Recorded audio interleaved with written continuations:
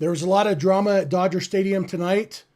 Ironically, it kind of ends the drama for the season in some ways. Let's talk about it on All Dodgers.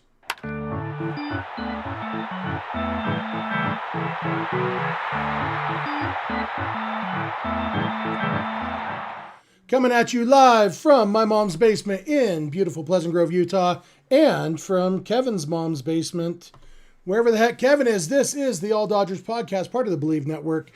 It's brought to you by FanDuel. We are here to talk about the Dodgers dropping a heartbreaker, I guess, a dramatic game to the Phillies.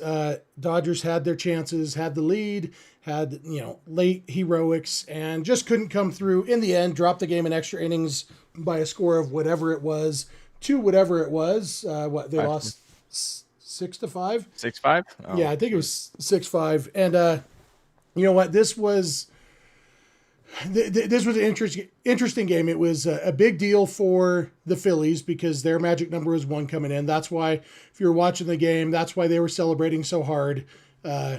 Padre fans would say it was because it's a rivalry. The Phillies are just celebrating the fact that they won the National League East division, which was kind of a foregone conclusion, which it generally is once you get your magic number down to 1. But that's why it was important to the Phillies. The reason this game was important to the Dodgers is because for the Dodgers to have any chance at the 2 seed, they basically needed to sweep the Phillies. Because even if the Dodgers win the next 2 games in the series, they're still down by 3.5 games with 10 to play. And the Dodgers would probably have the tiebreaker at that point. There's so much complex math that goes into it, we wouldn't know till the end of the season. Dodgers would probably have the tiebreaker, but still 3.5 games with 10 to play is pretty much impossible. It's not going to happen. And so, if the Dodgers had swept this series, it would have been half a game, Kevin. But they're not going to sweep the series because they lost tonight. And so that's why I said at the beginning, some of the drama is gone now because the Dodgers basically, like it says at the bottom of the screen here, wild card series, here we come, because the Dodgers are playing in the wild card series now. Yeah, and that's fine. I all the fans who were in years past said that the break between the regular season and the postseason was a bad thing. You got your wish. Now the Dodgers will have to play in the wild card series. Now we just got to hope that they clinch the division and get to host the wild card series as opposed to having to go somewhere to play it, because I think that would be pretty bad, given this team's home and road splits. So yeah, it'll be, it's a game at a time. You kind of mentioned it. They played a good game of baseball. I mean, this was a good baseball game. Like, yeah, you take the team names away from it. This was a really well played game. Absolutely. Well played and poorly played, but dramatic. Like you have there between the 2 teams, there were several blown saves tonight, and obviously, we'll talk more about that later. But yeah, if you just looking to watch a good baseball game, tonight would have made you happy, and even had extra innings. My opinion on the Ghost Runner and extra innings has always been that if you don't care who wins, it's good at adding drama to the game. It shortens the game, makes it get over quicker. I'm more interested if I don't care about a game and I see, it's tied up, going to extra innings. I'm like, I'm going to turn it on because I know it's probably going to end in 1 inning and it'll be, something's going to happen. But if you do care, it kind of sucks. The 1 run that scored for the Phillies in the 10th inning was the guy who got out to end the 9th inning. And it's like, okay, well, I remember in the World Baseball Classic a decade or so ago, Carlos Correa got player of the game because he scored the winning run in a game, but he scored the winning run because he hit into a double play to kill a rally in the 9th inning. And it's like, whatever. I'm not going to rant about the Ghost Runner. My opinions on that are made clear. But like you mentioned, the Dodgers just need to win the division now, which is as good a time as any to jump over to FanDuel real quick and look and see. According to the betting odds, the Dodgers are currently at -800 to win the division, which is pretty darn good. I like those chances. I should have pulled up the Fangraphs tab before I started talking, but I didn't. But here I am. Right now, the Dodgers to win the division on Fangraphs are at 93.5%, which is probably roughly the equivalent of -800. It's pretty similar odds, and that's based on Dodgers are also listed at 100% to make the playoffs, it's notable that the Giants are back down to 0.0% to win the division after they had been up to 0.1. They're actually listed below the D-backs here. Oh, the Giants have fallen below the D-backs in the standings, apparently. Yeah, they lost today 8-1. So now the Diamondbacks are a game and a half back or something like that. So both of those teams still have some odd chance to make the postseason, and the Dodgers are still at 15.5% chance to win the World Series, which is the highest percentage chances on Fangraphs of any other team. So all in all, obviously I'm not happy that the Dodgers lost this game. I root for the Dodgers to win because I'm a Dodger fan. But it does take a little bit of the pressure off of okay, now we know the one thing we're fighting for. I always think back to 2021 when, because the Dodgers were trying to avoid the wild card, back then if you won the division, you didn't have to play in the wild card game. Yeah. They were trying to avoid the wild card game. They're battling the Giants, and that may have led to the injuries that ended up affecting them in the postseason. Who knows if Max Muncy is in the game at first base when he got hurt by Jace Peterson not knowing how to run the bases. Clayton Kershaw probably isn't starting that game and blowing out his arm. And it seemed like the Dodgers, because they were going so hard right up to the end of the season and then had to play the wild card game anyway, that's probably why they ran out of gas. Specifically, Max Scherzer ran out of gas, and the Dodgers in general ran out of gas in the NLCS.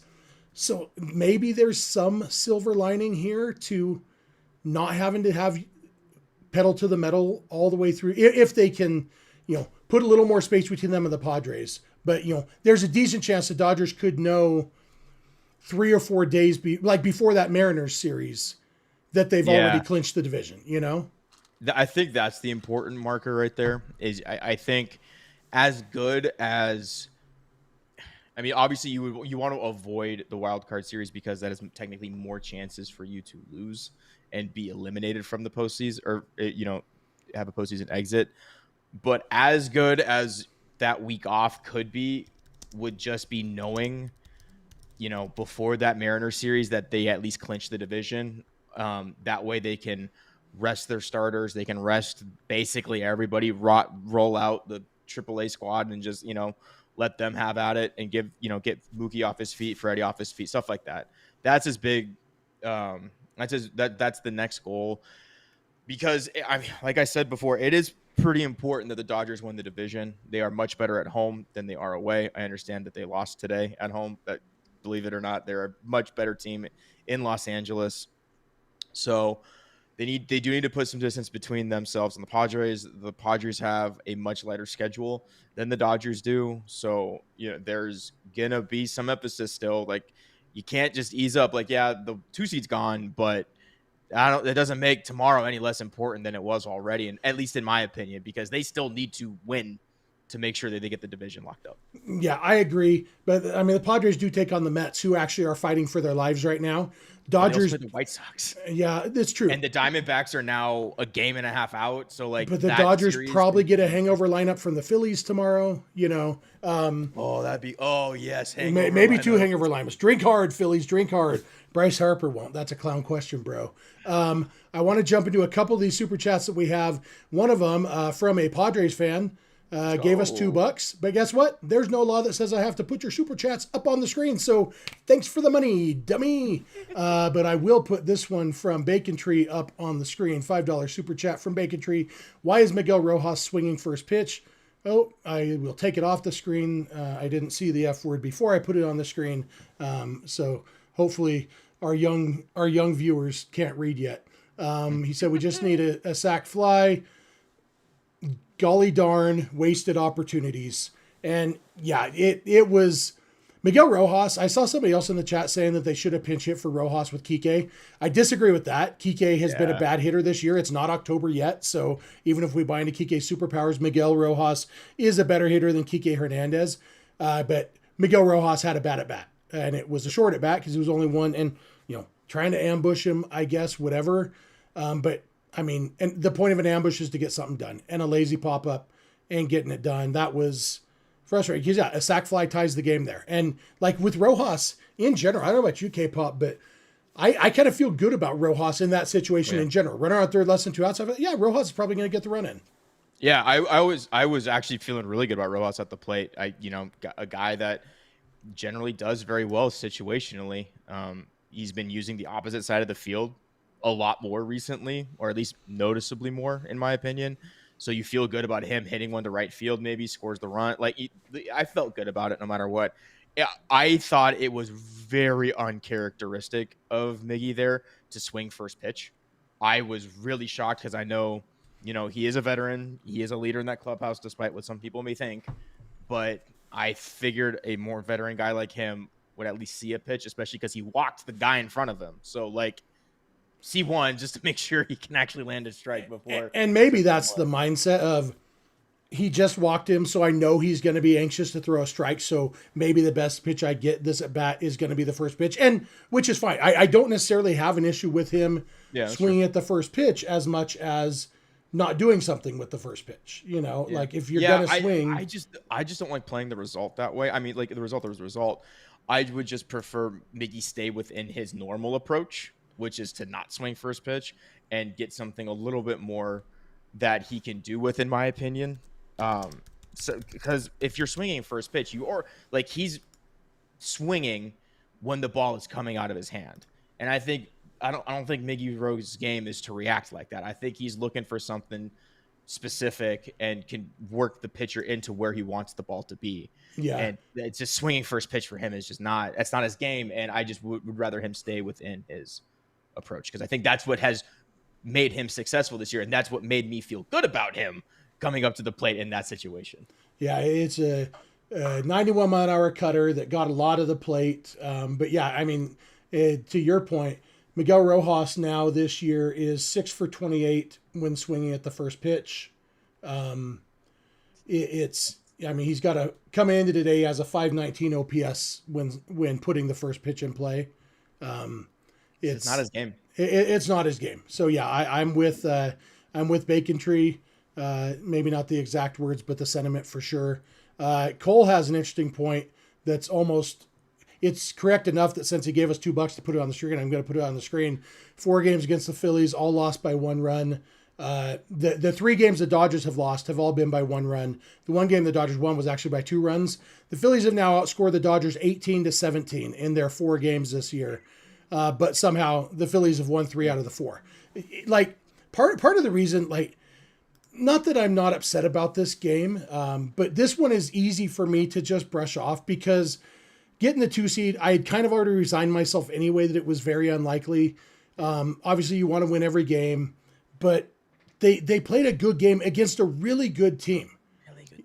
And against their best pitcher at this point. Ranger Suarez is their best pitcher. Yeah, Max Muncy hit a big home run off their best pitcher. Andy Paez hit a huge home run off one of the best relief pitchers in baseball. There was a lot to like about this game. There would have been a lot more to like if the score had ended up better. And, I'm sitting here while we're talking, watching the game together. I'm making different graphics. Like what's going to happen in this game? I don't know. Because what we talk about has a lot to do with what happens in that bottom of the 10th inning. If Miguel Rojas comes through, we're talking about that. If Max Muncy, hits a walk-off grand slam like he did off Craig Kimbrell of the Phillies on, 3 years ago, we're talking about Max Muncy's huge game. At some point we could have been talking about Mookie, 2 sack flies and a huge game-tying home run. Mookie had a great game. There was so much good about this game. And it would have been nice to get to talk more about that. And even the bad about this game, if you look at the Dodgers, it really wasn't that bad. Yes, the one thing I think you can easily say is Treinen, his inability to hold runners is maddening, to say the least. You had mentioned before, you're like, oh, Harrison Bader can steal third here. I was like, that's fine if he steals third. I don't care. I didn't even think about the double steal, and then they double steal, and that's the run that ends up scoring. Because Treinen just does not care about that guy at all, which, it's very Kenley Jansen adjacent. So I'm kind of over that in general. But besides that, it's like, man, the ball that Harper hit, he should never have taken out. That was a good pitch. I know people are upset about Bonda, but that's honestly a good play by Dave. Not only is Emmett Sheehan most likely going to be a relief pitcher come October. So he needs to learn to like not start games. But like if Bonda's in there to get lefties out, that's his best chance. He's going to end up facing Schwarber and, Harper if they construct their lineup like they normally do. Now they countered and then they didn't hit Schwarber first, which is fine. But then you've now forced them to make an adjustment. And yeah, he just didn't execute on a pitch. Kyle Schwarber is very good at hitting baseballs. But outside of that, and Schwarber was fooled. Schwarber just was, it was a decent pitch and kind of got the result he wanted, other than the fact that Schwarber's strong enough to hit a ball over the fence even when he's fooled. It was just like the mistakes, like you can mostly just live with them. It's like, the Phillies just kind of, they got one. Like, and that's going to happen. That's baseball. I know people hate to say it or hate to see it because, these games matter. But like you're talking about, Harper not hitting a ball at his face out of the park as the difference between a win and a loss here. So. Yeah. A couple more super chats to get to 300 GJW. $1.99 super chat says the game did nothing to make me feel good about the bullpen. I think the opposite. I feel really good about the bullpen. It's and Cole points out another $2 super chat from Cole. All the Phillies home runs came off lefties and none of them off Tanner Scott. I mean Tanner Scott. We're two good games in a row now for Tanner Scott. He threw a fastball at the knees that looked fantastic. Going back to the idea of the opener. I think in addition to, get Sheehan used to coming out of the bullpen, the fact is Anthony Bonda has been great against lefties this year. He wasn't today, but that doesn't mean that, it was the wrong decision. I talk about that all the time, that in baseball manager decisions, there are very few right and wrong decisions. And when you make the right decision, it's still going to be wrong 40% of the time. And that's what we saw today. And that's okay. But for me, what it boils down to is the use of the bullpen. Because if you've decided we're only going to let Emmett Sheehan face Schwarber and Harper twice. Well, if you start the game, if you have Sheehan start, you get 18 batters, or 19 if they do start with Bader leading. Schwarber probably leads off if Sheehan's starting. So you get 18 batters from Emmett Sheehan. This way, you could have gotten 22 or 23 batters before, because he comes in right after Harper, then, which means that's at least one fewer reliever that you have to use in the game, maybe even two. And Sheehan's pitch count got up there and, they pulled him at 94 pitches. Like it got up there. It wasn't it's just, the opener did, and the other thing is there's only one time that you can guarantee the opportunity for Anthony Bonda to face their two tough lefties in a close game. And that is the top of the first inning. That's the only time you're guaranteed a high leverage situation. And so, you go with Bonda. And, I think they would go with Bonda again. And I think most of the time it would work. The fact is he struck out Bryce Harper looking, the umpire just didn't notice. Yeah. And like I said, they countered, but that also means that there's a possibility where Harper gets one less at bat because he's batting fourth.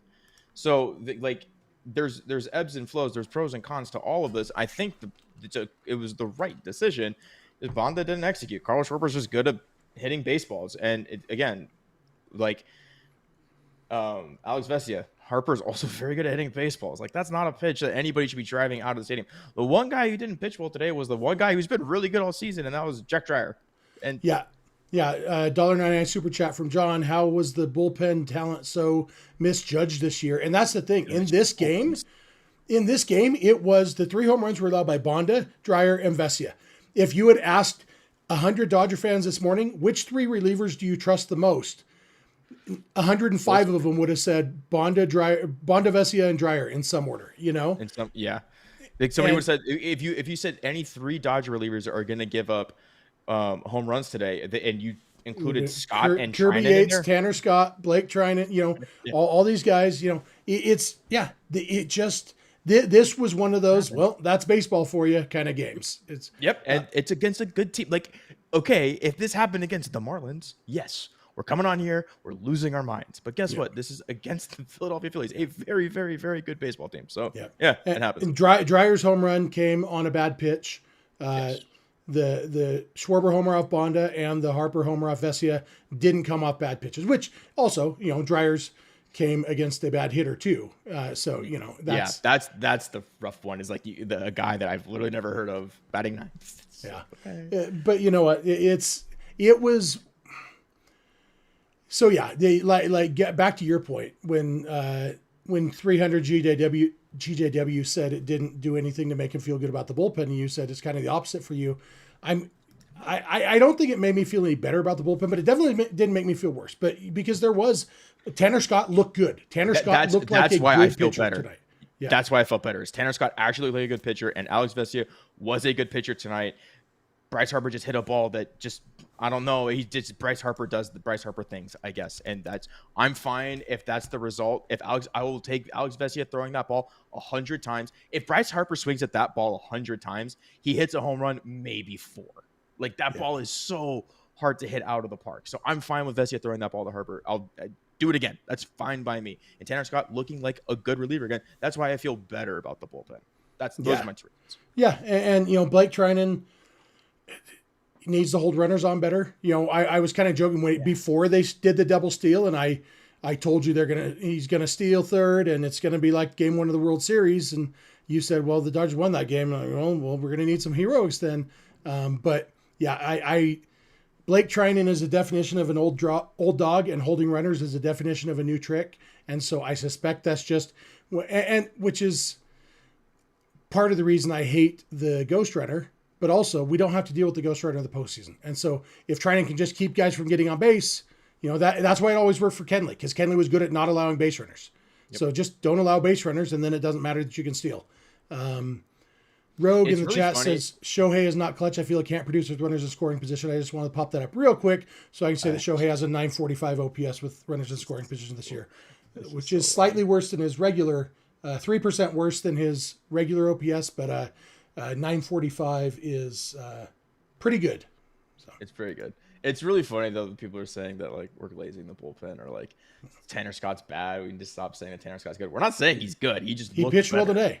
He pitched well last 2 games. Like 2 games in a row now. And the Dodgers need him to be good. That's what we're talking about. Like the Dodgers to be as successful as we want them to be in October, they need Tanner Scott to be good. And Tanner Scott has been good in the past, still has good stuff. So when we see him pitch well, it's going to make us a little bit happy. And before anybody points it out, yes, Shohei Ohtani's batting average with runners in scoring position isn't great this year. Last year it was. After a slow start, he was awesome. And so, give me a good hitter in every important situation over a clutch hitter, because good hitters exist and clutch hitters don't. Clutch hits exist, clutch hitters don't. I thought not another super chat, but we have, like we said, those 3 relievers who we all would have trusted, and they just didn't get the job done, and it happens. I'm still like you said, the bullpen, don't feel terrible about it, but like Mookie Betts, 2 huge sac flies, a huge home run. Like Mookie is a guy you can count on now. And that's very important for October too. Andy Pages, 2 doubles and a home run after being benched yesterday against a lefty pitcher. Andy Pages didn't play yesterday. That wasn't a coincidence. That wasn't, we need to find playing time. That was Andy Pages. You've kind of sucked lately. You need to pull your head out a little bit. And a hustle double and knowing the situation, his second double, knowing it's worth the risk here because we have Chucky Robinson coming up next. Getting myself in a scoring position. And then he actually did a good slide to get around the tag. A lot of good there. Huge home run off a very, very good pitcher. And why are we talking about Ohtani anyway? Didn't Ohtani walk in his big clutch situation tonight? Yeah. Yeah, sorry he didn't come through for you. John Chan, I appreciate you, says Ohtani leaves way too many runners on base, which last series where San Francisco showed. Just really quick, check my math here. Who won that series? Yeah, gotcha. And it was, What and one series can't show you anything about a grand conclusion of anything. You look at overall, and with runners on base, Shohei Ohtani is batting .289 with the 1030 OPS this year. Pretty good. Yeah, so he's leaving some guys on. But he's driven in how many of those? A lot. He's got a lot of RBI. Yeah. Yeah. RBIs, So I don't know. I don't know why Ohtani is always the narrative. Because he's counted on to carry the team, but he didn't get a pitch to hit in the ninth inning, and so he took his walk and passed the baton to Mookie. It happens. Super chat from Richie Flores, $4.99. Our ability to win close games keeps me up at night. We need to win the National League West. Canada allow San Diego to win.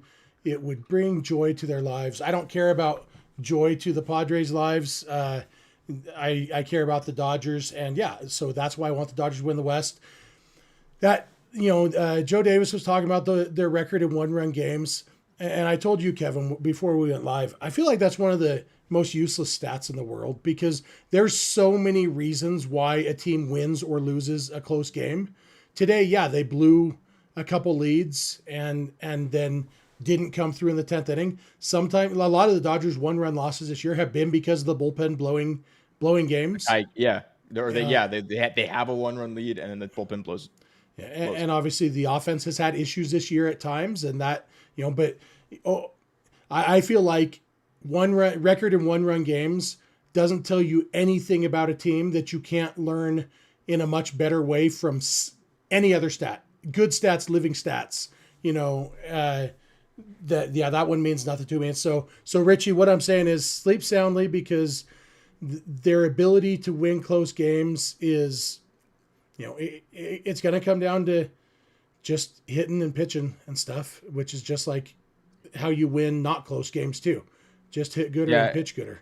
So I don't know. I don't think Baseball Reference updated, but so they're now 22 and 23 in one-run games this year, which is like whatever. People are saying they're bad in extra inning games. They're 7-7 now in extra inning games. They're not horrible. They're not great. You'd like them to be better because of who you have. I don't think the Dodgers have ever been particularly good in extra innings. There might have been one year where they were like really good for some reason, but it might have been 23. They were like Michael Carrillo says, Jeff, winning one-run games is important and indicative of playoff success. I would counter that not playing one-run games is the most indicative thing of playoff success. If the Dodgers can just score 7 runs a night, you don't stop playing one-run games. Yeah, win 8-4, and then your record in one-run games will still be bad. Here's my point: if the Dodgers win every game from now until November, 8-4. Their record in one-run games will still be bad, and they will be holding up a piece of metal at the end of the season. Yep. Yeah. It just doesn't like one-run games are just one run. It's not. It's such a weird stat because everybody wants to be like, oh, it's an indication of grit and their ability to be clutch and clamp down in big situations. No, just sometimes it just doesn't work out, and you've got to put guys in situations and hope they execute and expect them to execute. And they have, and they haven't. Literally, they're 50-50 this year. Yeah. And I would bet they're 50-50 at points when the offense was bad, and they're 50-50 at points where the starting pitching was horrible. So it's like if you put this version of the Dodgers right now in one-run games, guess what? I'm very comfortable with this version of the Dodgers in a one-run game. Even tonight, going into the 10th inning, I was like, okay, you just got to get one. That's fine. Like I was hoping and expectant of them to. Didn't work out. Yeah. The Dodgers in 2020, when they, were on a 116 win pace, they went 7-5 in one-run games, barely over 500. And you know what? They did okay that year. There's just no correlation. Cole, another super chat from Cole, $2 says, tell Teo to wear the orange shoes. It was kind of weird. Like a couple series in a row, it seemed like Teo was deliberately wearing the other team's colors. I didn't notice what Teo was wearing today. I don't even know what he would wear. What was he wearing? Phillies colors today? I didn't pay attention. I'm gonna take a page out of Andy Dufresne's book because I don't know how often you look at another man's shoes because I don't. So. Yeah. The only shoes I honestly really notice are Kike's because they're just like bright yellow sometimes, and it's impossible to not notice. L'Oreal Super Chat 999 says, Dodgers hit their starter. They slugged. True starting pitcher was in control, and yet the bullpen gave up runs, and the team lost, not making me feel good like you guys. And Yeah, you know what? The Phillies are a good team. And if the Dodgers meet the Phillies in the postseason, which, seems like a best case scenario because at this point it would most likely be the Phillies who the Dodgers would play in the NLDS. They'll have to contend with this, but yeah, they're a good team, and so are the Dodgers. And I just don't see many grand conclusions to draw from it, especially because it was the pitchers who have mostly been reliable this year, which means probably next time I would still count on them to be reliable.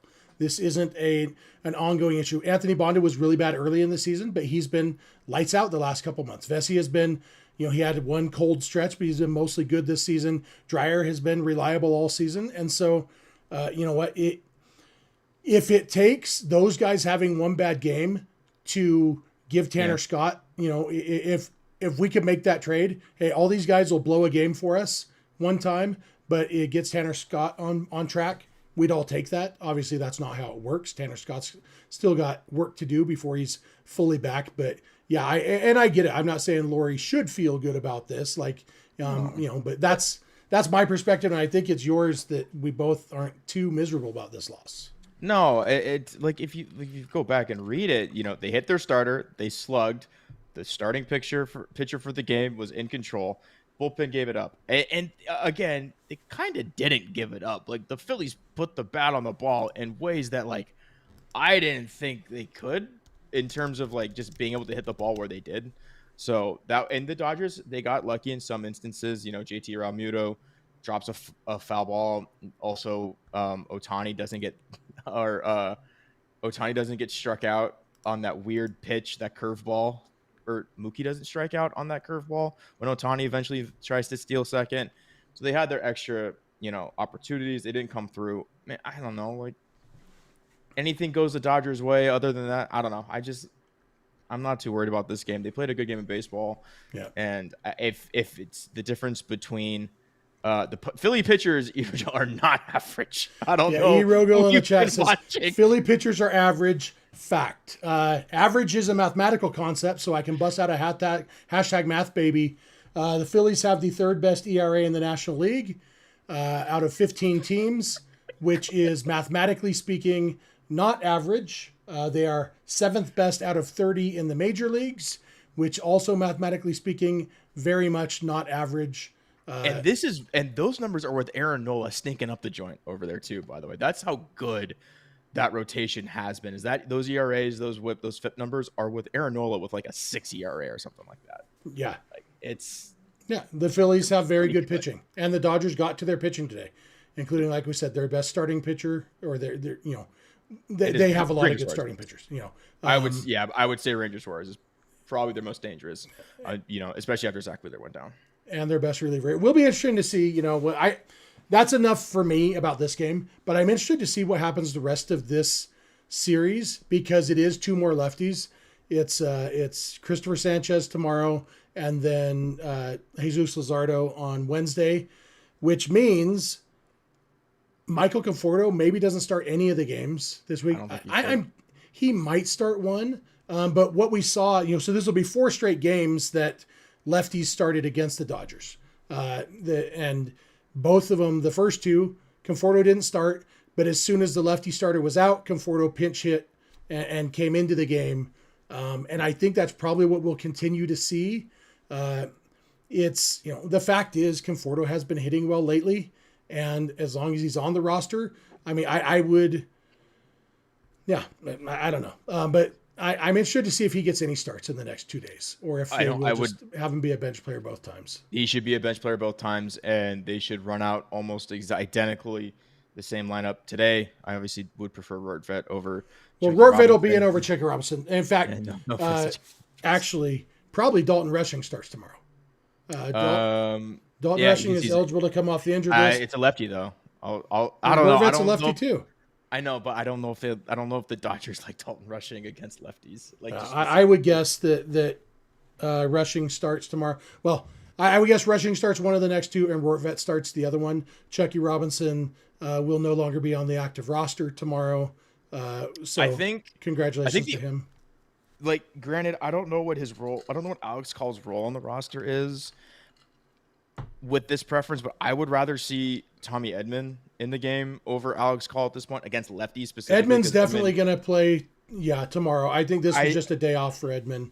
I would hope so, because I like Alex Call. He's fine, but Edman's just a better player, so I'd rather have Edman in there. I mean, what I'm hoping we see tomorrow is Edman in center, Pages in right, and Colin left in the starting lineup.